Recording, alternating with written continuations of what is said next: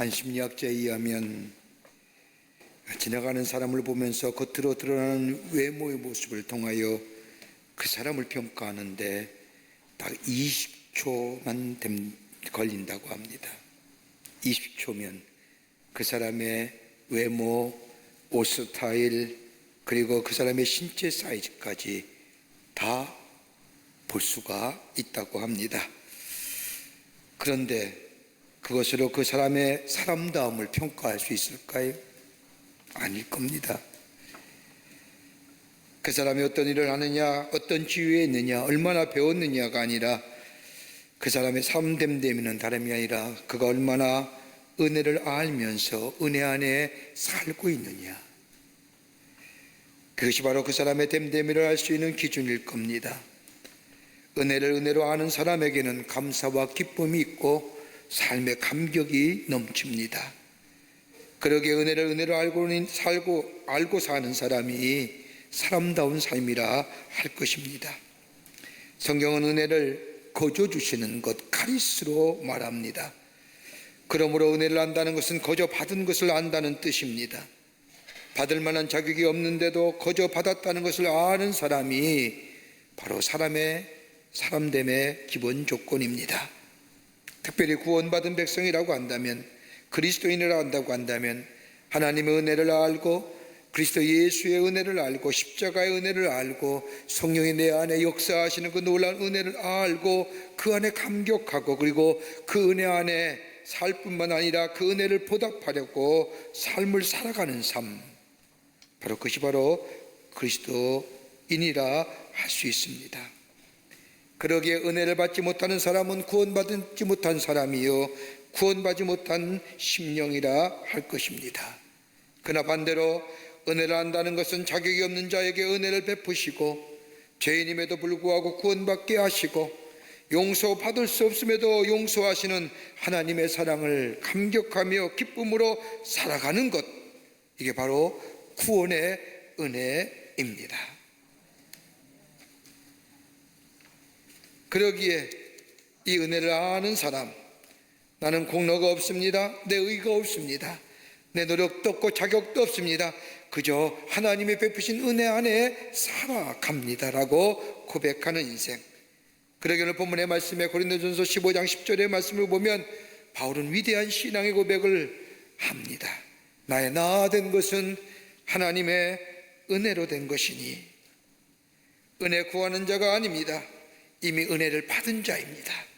은혜 받으려고 수고하는 자가 아닙니다. 이미 받은 은혜에 감격하며 살아가는 사람입니다.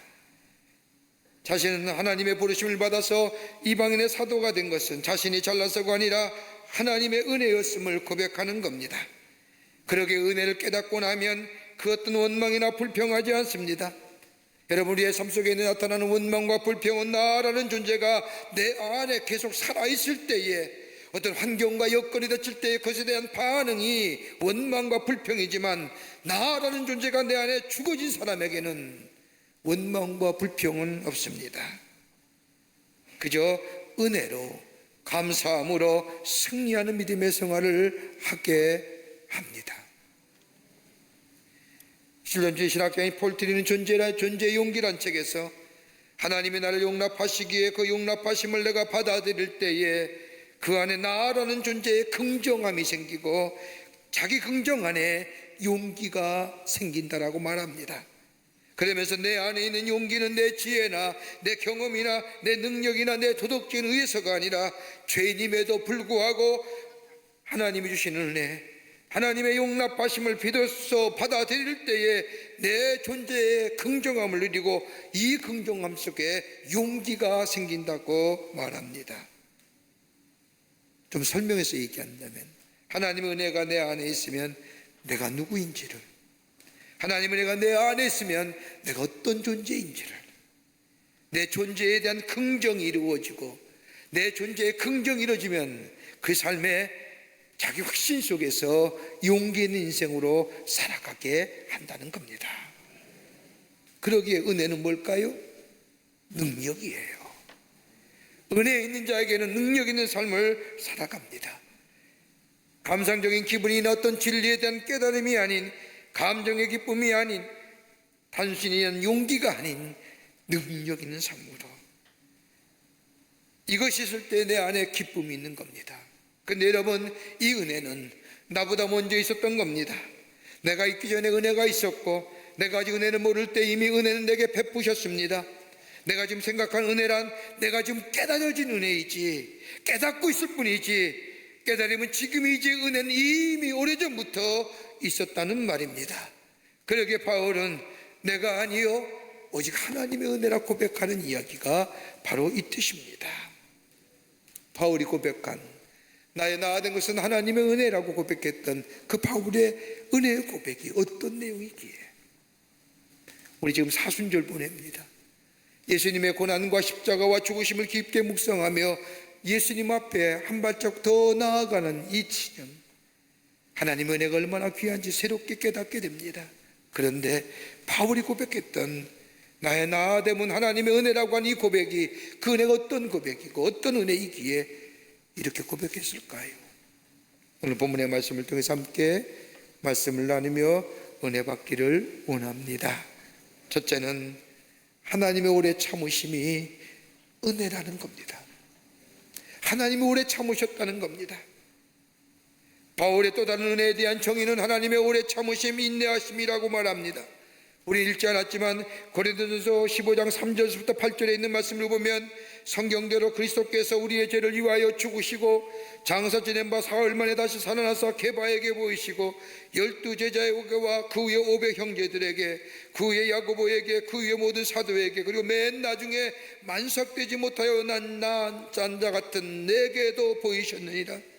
하나님의 은혜가, 예수 그리스도의 십자가의 죽으심과 부활의 이 놀라운 은혜가 베드로부터 12제자, 500 형제들, 야고보, 12사도, 그리고 맨 나중에 만삭되지 못한 나에게도 이 놀라운 이 복음이, 이 예수 그리스도의 부활하신 놀라운 역사가 내게 임하셔서 나를 이방인의 복음 전하는 하나님의 사람으로 삼으셨다는 겁니다.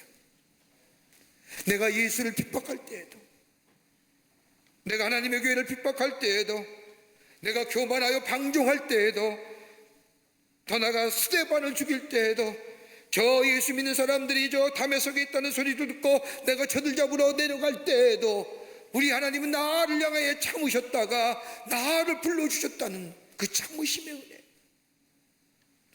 여러분, 만약 우리는 하나님이 참지 아니하시고 죄 현장에서 직결적으로 심판하신다고 한다면 오늘 이 자리에 남아있을 분이 계실까요? 여러분이 식당에 들어가서 식사한 후에 여러분에게 신용카드로 계산하는 것처럼 즉시 내가 죄진 것에 대해서 하나님이 결산하신다고 한다면 여기 앉아서 마음껏 찬송 부르며 하나님을 향하여 예배할 수 있는 사람이 있을까요? 아마 없을 겁니다. 하나님의 오래 참으심이 나로 하여금 여기 있게 하신 겁니다. 우리가 잘 부르는 나 같은 죄인 살리신 주 은혜라고, 은혜 놀라워라, 어메이징 그레이스를 지은 존 뉴턴이라고 하는 사람은 원래 노예무역상이었습니다.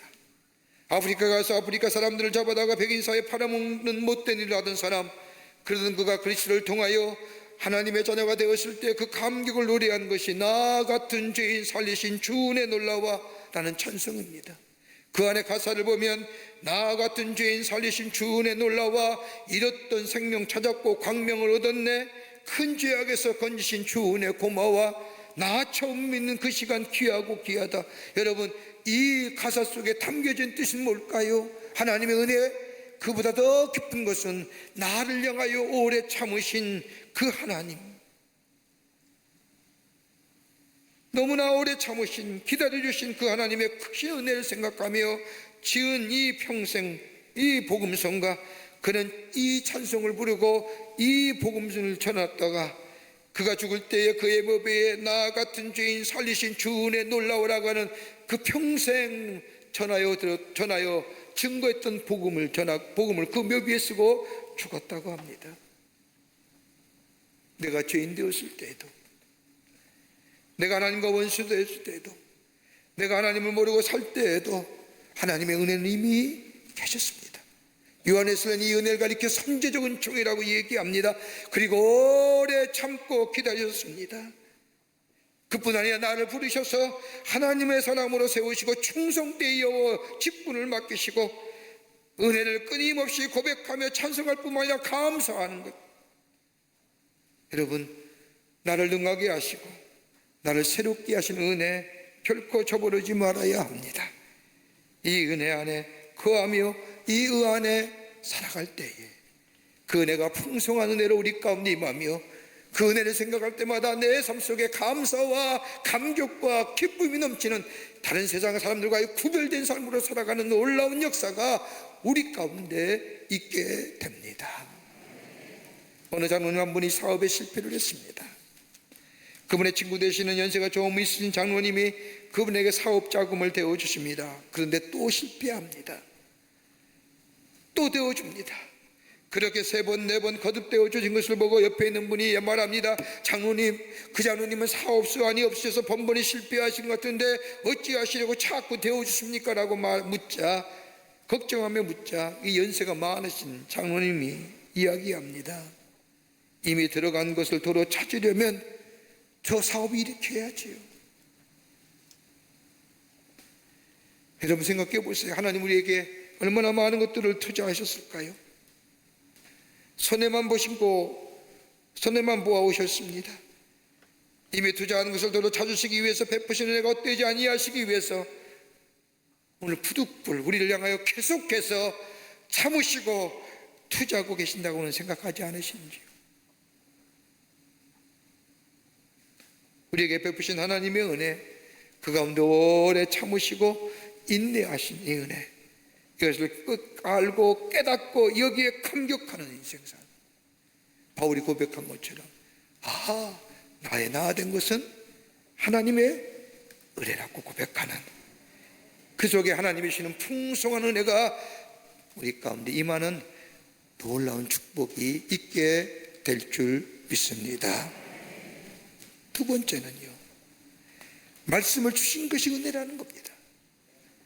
말씀이 내게 들려왔다는 자체가 은혜라는 겁니다.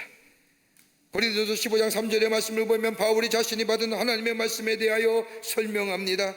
예수께서 말씀하신 대로 우리의 죄를 대신하여 십자가에 죽으시고 사흘 만에 부활하실 뿐만 아니라 부활하신 주님이 베드로에게 보이시고 12제자에게 보실 뿐만 아니라 500의 형제에게 일시에 보이셨는데 그 가운데 아직 살아 부활하신 주님을 증거하는 사람이 있는 반면에 죽은 사람도 있다고 말하면서 그 부활의 주님께서 야고보에게 보이셨으며 마지막에는 자신에게까지 보이셨다는 겁니다. 이걸 가리켜서 바울은 뭐예요? 예수 부활하신 주님이 자신에게 보이셨던 이것이 있고 계시적 사건이다.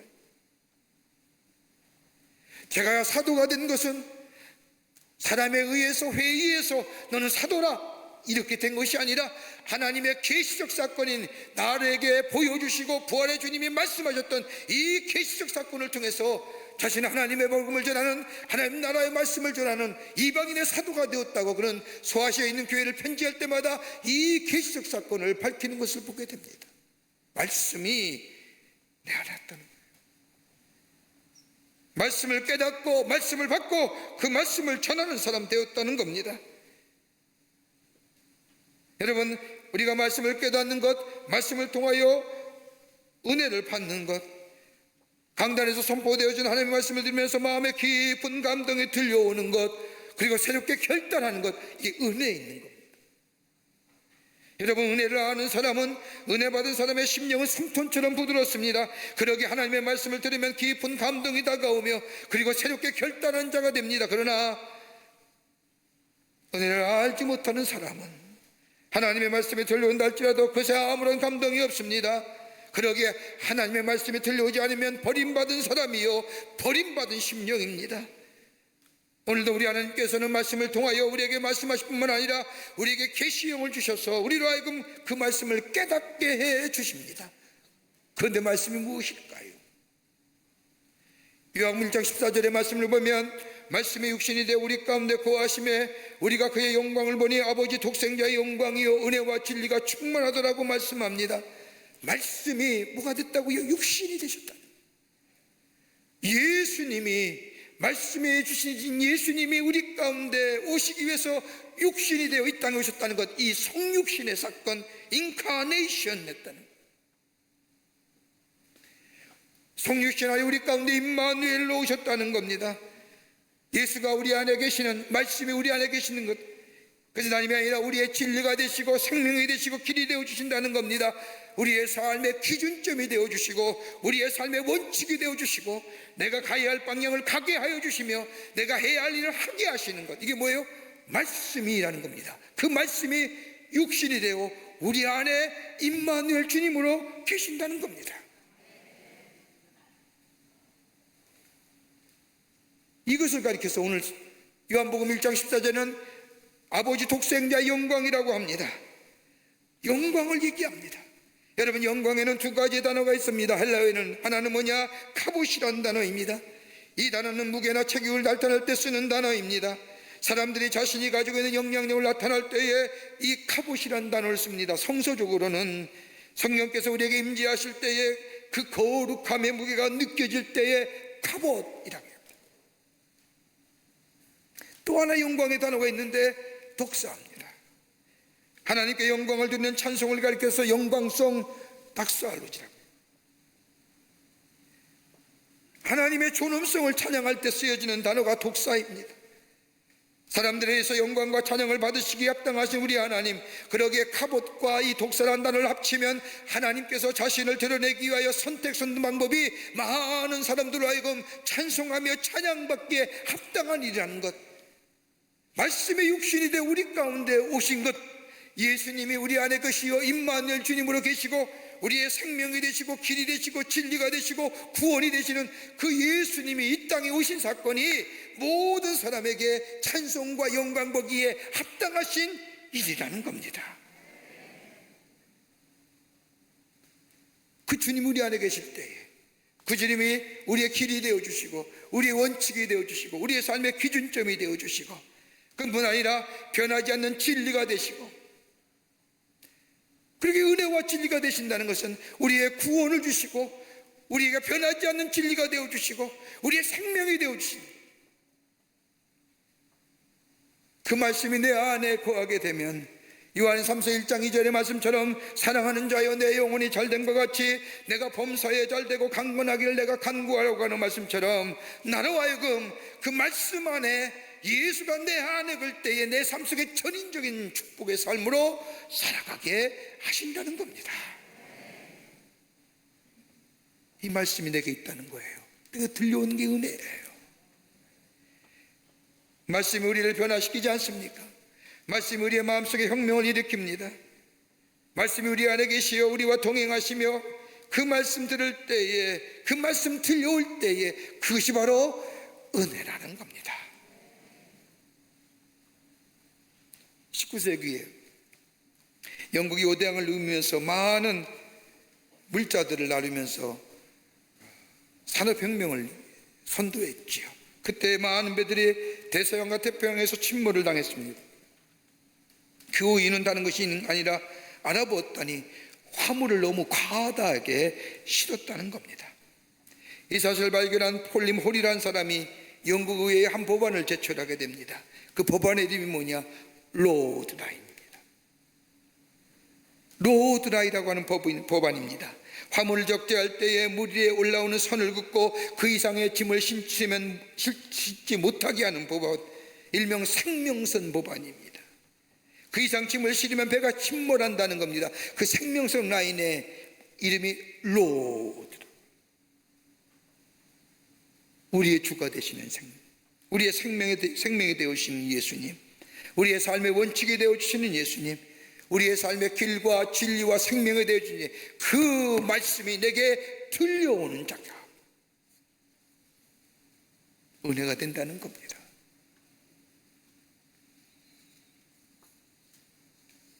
다윗 왕은 하나님의 말씀에 대한 깊은 체험을 가진 사람입니다.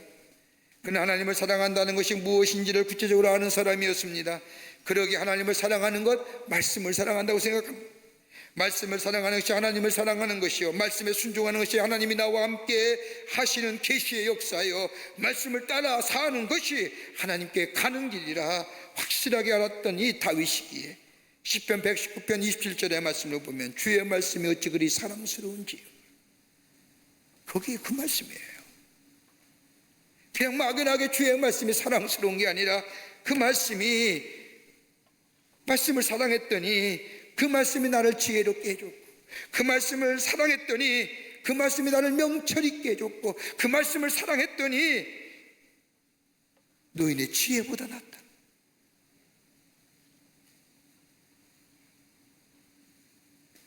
하나님의 말씀이 들려오는 것이 은혜라는 겁니다. 바울은 그 말씀이 들려올 때 그 말씀을 깨닫습니다. 그 말씀 안에 거합니다. 그 말씀과 동행합니다. 요한복음의 기자의 말씀처럼 말씀이 들려왔던 건 예수님이 내 안에 오셨습니다. 예수와 함께 거합니다. 예수의 인도하심 받아 삽니다. 그 자체가 은혜 받은 자의 삶이요, 은혜 안에 거하는 삶이라고.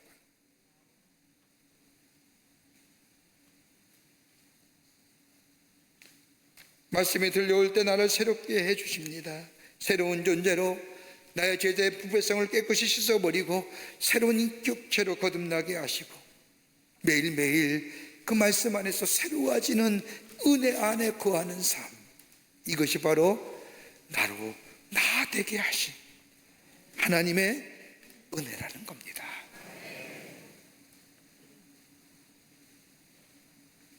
이럴 때 그 삶이 풍요로워집니다. 풍성해집니다. 끝으로 바울은 나의 나 된 것은 다름이 아니라 하나님의 은혜라 고백하는데, 그 은혜의 내용은 겸손케 하시는 하나님의 은혜랍니다. 겸손케 하시는 거예요. 바울이 더욱더 중요하게 생각했던 은혜는 겸손케 하시는 은혜입니다. 여러분, 우리가 하나님으로 받은 은혜 가운데 가장 큰 은혜가 무엇일까요? 어떤 이는 기도의 응답을 통하여 받은 은혜, 큰 은혜 생각합니다. 어떤 사람은 자녀들을 위해 기도했더니 자녀가 기도의 응답을 받아 그대로 살아가는 삶, 어떤 기도는, 어떤 것은 선한 영향력 되기 위해서 기도했더니 응답받았다. 여러분, 다 중요한 은혜의 처음이지만은 가장 복되고 큰 은혜는 다름 아닌 겸손케 하시는 은혜예요.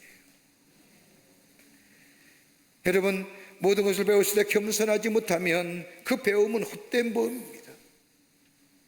모든 것을 가졌을 때 내 안에 겸손의 덕을 가지지 못하면 그 사람이 가진 것, 개인에겐 유익할지 모르지만은 궁극적으로 사람으로서의 온전한 삶을 살지 못하게 합니다.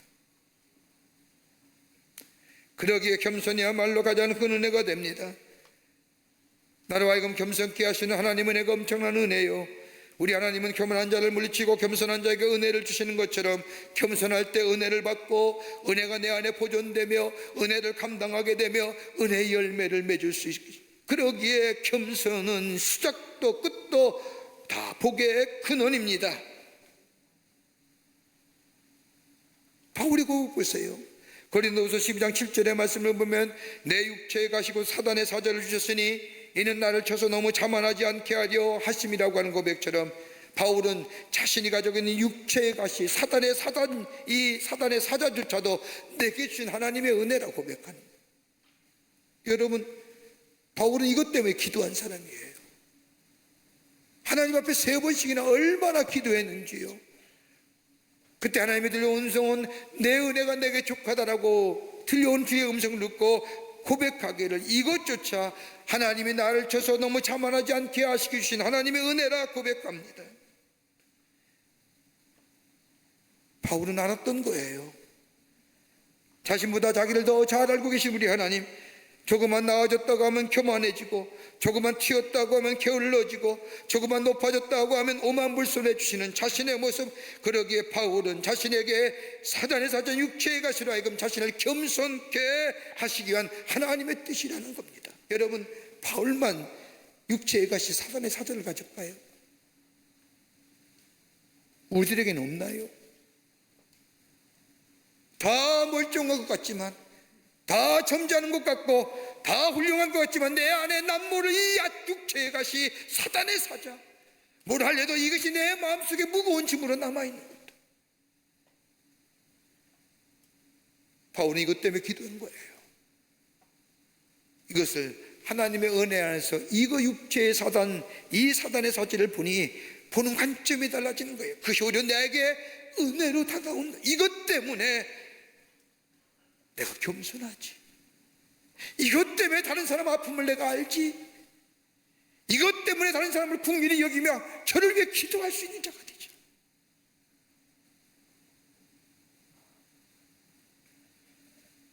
그러게 바울은 자신에게 이 사단의 사자의 육체에 가시는 하나님께서 나로 하여금 겸손케 하시는 하나님의 계획이라는 겁니다. 여러분, 외줄 하늘로 외줄을 가지고 고공 외줄 타기의 전문가인 닉 왈렌더라고 하는 사람이 있습니다. 이 사람은 수대체 서커스를 해온 플라일 왈렌더스 가문에서 태어나 어려서부터 외줄 타기를 했던 사람입니다. 외줄 하나로 나이가라 폭발을 건넜고 외줄로 그랜드 커널을 거는 최초의 인간입니다. 그가 외줄을 탈 때마다 수많은 인파가 몰려옵니다. 그리고 그의 외줄 타는 것을 환호하며 탄성을 지릅니다. 그렇게 외줄타기의 공연이 끝나고 나면 썰물 빠지듯이 수많은 인파가 쫙 빠지고 맙니다. 그리고 남은 것은 수많은 사람이 버리고 간 쓰레기만 남습니다. 근데 왈렌다는 외줄타기의 공연을 마친 후에 공연 현장을 떠난 것이 아니라 몇 시간 동안 그 공원에 남아 그 현장을 돌아다니면서 자신의 팬들이 버리고 간 쓰레기를 줬습니다. 이 장면을 본 한 사람이 찾아가 이 왈렌다에게 묻습니다. 왜 이런 일을 하십니까? 빨리 집에 가시지요 라고 이 묻자 이 왈렌다가 그를 향하여 이렇게 대답합니다. 3시간 동안 쓰레기를 줍는 일은 내게 아니 내 영혼에게는 아주 유익한 일입니다. 다른 사람은 떨지 모르지만 나에게 수많은 사람들의 환호와 찬송은 나로 하여금 겸손해야 된다는 것이 그리 자연스러운 일은 아닙니다. 겸손하기가 쉽지 않습니다. 그러나 스스로 낮출 수 있는 상황을 만들어야 됩니다. 그렇게만 공중에서 떨어지지 않기 때문입니다. 교만하면 떨어집니다. 잠언서 16장 18절의 말씀을 보면 교만은 패망의 선몽이라고 말하며 거만한 마음은 넘어짐의 앞잠이라고 얘기한 것처럼 여러분, 겸손해야 됩니다. 창조 되신 하나님 앞에 자랑할 것이 없습니다. 다 하나님의 창조의 무려 그 주권 앞에 겸손할 수밖에 없습니다. 때로는 우리 하나님께서 우리를 겸손케 하여 하나님의 사람으로 쓰시기 위해서 우리를 낮추십니다. 육체의 가시로 때로는 막대기로 쳐서 낮추십니다. 내가 겸손하고 싶어서 겸손해지는 것이 아닙니다. 때로는 맞기도 하며 쓰러지도 하지만 그보다도 우리의 죄를 위하여 십자가에 달려 돌아가신 저 예수 그리스도, 저 십자가에 나타난 하나님의 사랑, 저 십자가에 나타난 하나님의 자기 희생, 그것을 볼 때마다 내가 어떤 사람인지, 내가 누구인지, 내가 얼마나 사랑받는지 그 앞에 겸손할 수밖에 없는. 그러게 겸손은 하나님이 우리에게 주신 은혜의 선물입니다. 이 은혜를 알고 이 은혜 안에 거할 때에 겸손합니다. 사랑하는 성도 여러분, 우리는 이제껏 하나님 은혜로 살아왔습니다. 다 믿음으로 그렇게 아멘으로 고백하실 줄 압니다. 그렇다고 한다면 이제부터 사는 우리의 삶, 하나님께 드릴 선물이 무엇이 있을까요? 우리 자신은 아닐까요? 다른 사람과 비교하여 절망하고 낙심하는 것이 아니라 아픔과 시련도 나를 겸손케 하시는 하나님의 은혜인 줄 알고 그 은혜의 능력을 믿고 감사하며 받아들일 뿐만 아니라 오래 참으시고, 오래 참으실 뿐만 아니라 나와 늘 함께 하시며 내게 말씀으로 말하시며 그리고 그 은혜 안에 거하는 우리의 삶이 될 때에 우리의 삶이 더 풍요롭고 풍성하며 그로 인하여 내 안에 풍성한 열매를 통하여 하나님을 기쁘시게 하며 다른 사람에게 기쁨을 나누어 줄 수 있는 복된 심령의 삶으로 살아가게 될 줄 믿습니다. 사순절입니다. 다시금 우리를 베푸신 하나님의 은혜를 생각하며 그 은혜 안에 거하며 그 은혜로 감사하며 내 안에 은혜의 풍성함을 누리며 다시 한번 우리 안에 주해 주신 놀라운 은혜와 축복과 기쁨을 회복하는 은혜가 여러분과 저 가운데 있어지기를 주의 이름으로 축원합니다. 하나님 감사합니다. 저희들 사랑하시고 하나님의 자녀 삼으심에 감사합니다. 그 은혜가 얼마나 크고 얼마나 감사한지 잊어버리고 살 때가 참 많았습니다. 우리를 향해 오래 참으신 그 하나님, 내게 말씀으로 늘 깨우쳐주신 그 하나님, 그리고 나를 겸손케 하시는 그 하나님, 그 하나님의 은혜를 고백해야 하고, 그리고 바울처럼 나의 나된 것은 하나님의 은혜라 고백하는 자들 되게 해서 더 풍성한 하나님 은혜 안에서 주의 주신 축복을 누리며 사는 복된 심령들 되게 도와 주시옵소서. 성령이 도우실 줄 믿으며 예수님의 이름으로 기도하옵나이다. 아멘.